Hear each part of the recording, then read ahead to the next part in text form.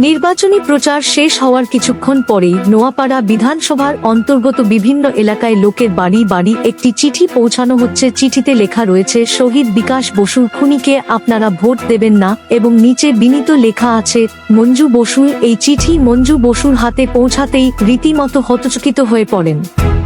মঞ্জু বসুর দাবি, তাকে জিজ্ঞাসা না করে তার নাম ব্যবহার করে তৃণমূল কংগ্রেস এমন ধরনের ঘৃণ্য কাজ করছে।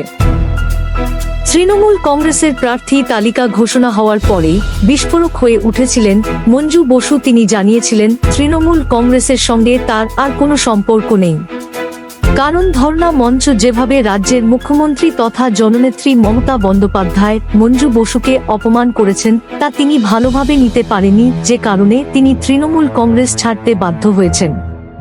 তিনি আরও বলেন, নির্বাচন আসলেই আমার স্বামী শহীদ বিকাশ বসুকে ট্রাম্প কার্ড হিসেবে ইউজ করে রাজ্যের শাসক দল তৃণমূল কংগ্রেস। কোথাও কি একটা চিঠির মাধ্যমে ঘটনাটি সত্যি হলো? হ্যাঁ, গতকাল সেটা হয়ে গেল। কি হয়েছে ম্যাডাম?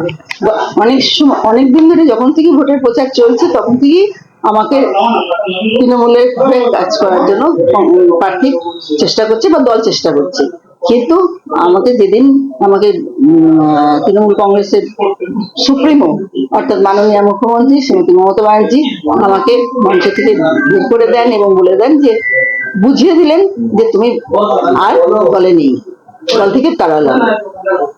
সেই দিন থেকে পরের দিন থেকেই আমি কাউকে কিছু না বলে এবং দলের সম্মান রক্ষা করেই আমি এসেছি, নিজের কষ্ট করেও, কষ্ট সহ্য করে, অপমান সহ্য করে। তারপরে আমি যখন আপনাদের মতো অনেক প্রেস এসেছিল, আমি রাজনীতি থেকেই বিদায় নিলাম। শুধু তৃণমূল না, তৃণমূল তো করার কোনো প্রশ্নই আসে না। যে দল আমাকে লাথি মারবে সেই দলে আমি আবার থাকবো নাকি, এটা তো কেউ ভাবতে পারে না। আর সেই স্বার্থ আমার নেই যে লাথি ঝাঁটা খেয়েও থাকবো, পড়ে থাকবো, যে আমার স্বার্থ আছে, সেটা নেই। কারণ আগে মেরুদণ্ড শক্ত না হলে পরে এই কাজটা কেউ করতে পারে না। অর্থাৎ আমি সেই কাজটা করেছি এবং তারপরে বললাম কোনো দলেই আমি থাকবো না, আমি রাজনীতিই করবো না, রাজনীতি থেকেই আমি অব্যাহতি নিলাম। হ্যাঁ, তারপরেও দেখুন অনেক প্রথম থেকেই চেষ্টা করে যাচ্ছি আমাকে তাদের পাশে থাকার জন্য, কিন্তু আমি কোনো রকমে পাইনি।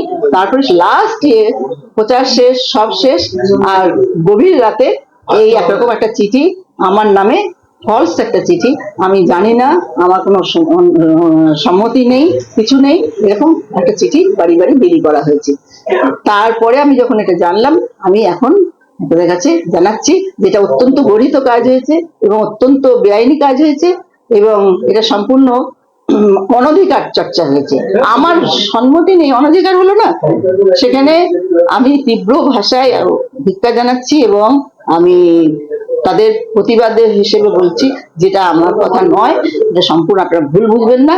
আমি চাই এখন যে এই তৃণমূল কংগ্রেসের যেভাবে অপমান করছে এবং আমার স্বামীর নাম দিয়ে দিয়ে জড়িয়েছে, তাকে অপমান করা হয়েছে, অতএব সেখানে কোনো মার্সি নেই।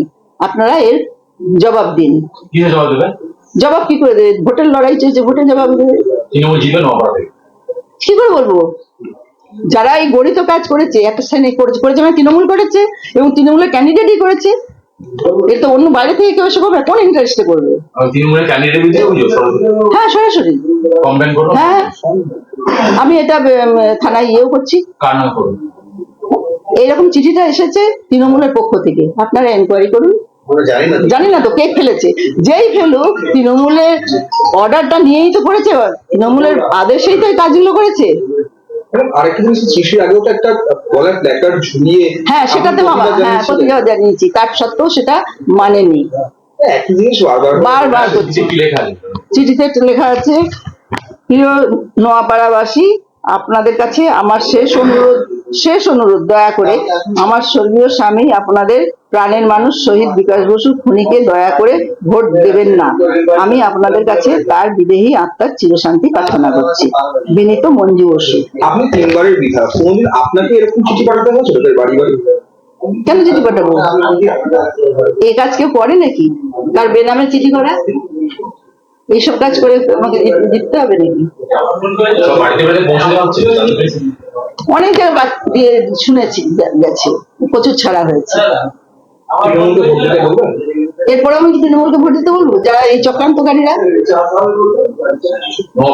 ভবিষ্যৎ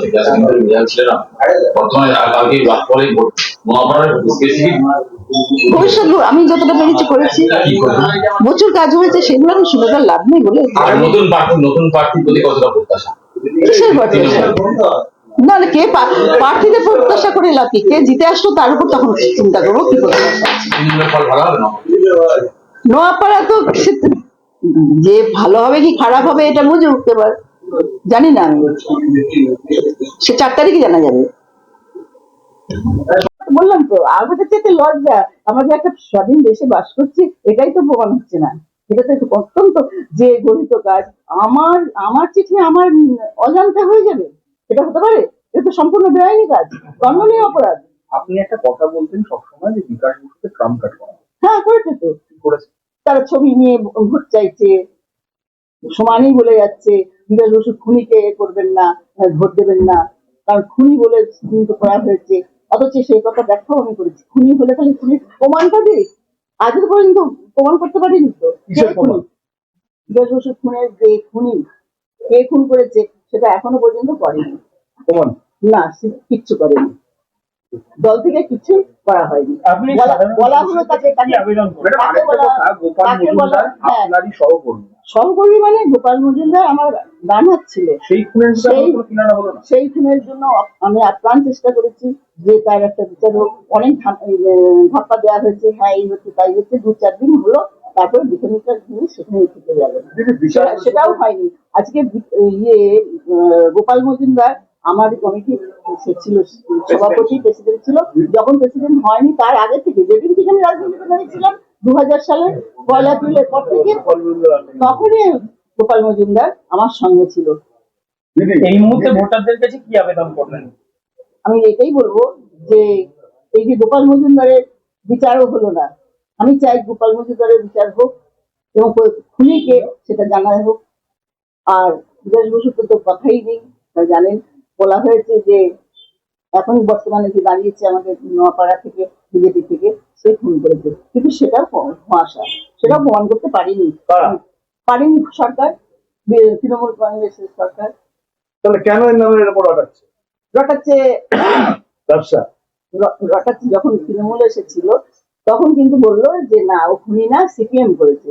তার ভালো কথা, এই কথা বুঝিয়ে 11-12 বছর কাটালো, 15 বছর, এবং জেলে থাকা অবস্থাতে টিকিট দিয়েছে তৃণমূল, এবং 3 বারে এমএলএ হয়েছে, একবার লোকসভার টিকিট দিয়েছিল। তারপরে যখন দল বদল করলো, বিজেপিতে এসেছে, তখন সে খুনি হলো।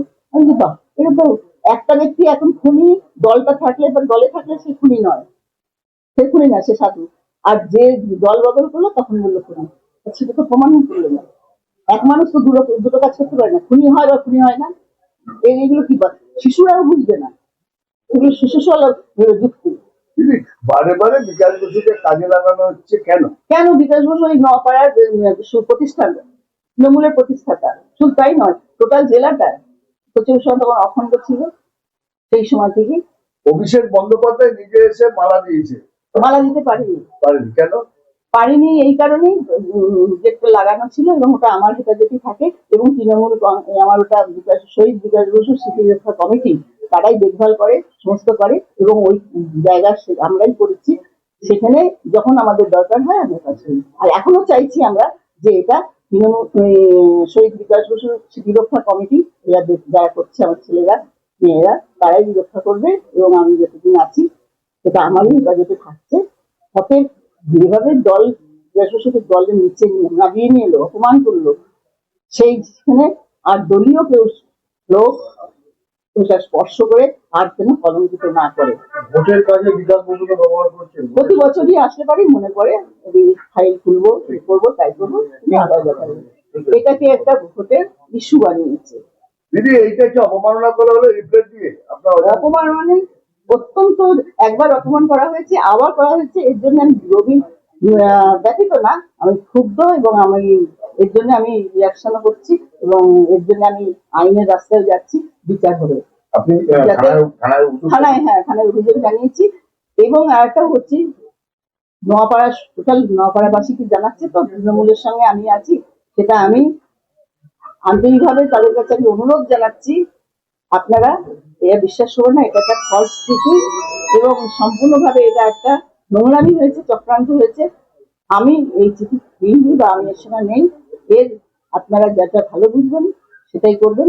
কখনোই আমি আছি মনে করে এই চিঠির উপর বেস করে আপনারা কখনোই তৃণমূলকে ভোট দেবেন না। এই চিঠি কি মিথ্যা? মিথ্যা চিঠি, সম্পূর্ণ মিথ্যা। কি মিথ্যা? চিঠিটা আমার অজান্তে করা হয়েছে এবং তৃণমূলের সঙ্গে আমি একদমই সংসদে নেই। ঠিক আছে। তৃণমূলকে অপমান করে, আমাকে অপমান করা হচ্ছে, আমার স্বামীকে অপমান করা হচ্ছে। তারা যখন সম্পূর্ণভাবে স্বামীর স্মৃতিকে এবং কাজে লাগিয়েছে, কিন্তু ব্যক্তিটাকে অপমান করা হচ্ছে, মুছে দিয়েছে। আমি চাই আর দল, আমি যেহেতু দল থেকে বেরিয়ে এসেছি, আর তাদের যেন কলঙ্কিত না করে। অনেক কলঙ্কিত করেছি, সেই অধিকার দেওয়া হয় না। এটা শহীদ বিকাশ বসু স্মৃতি রক্ষা কমিটি পরিচালনা করবে।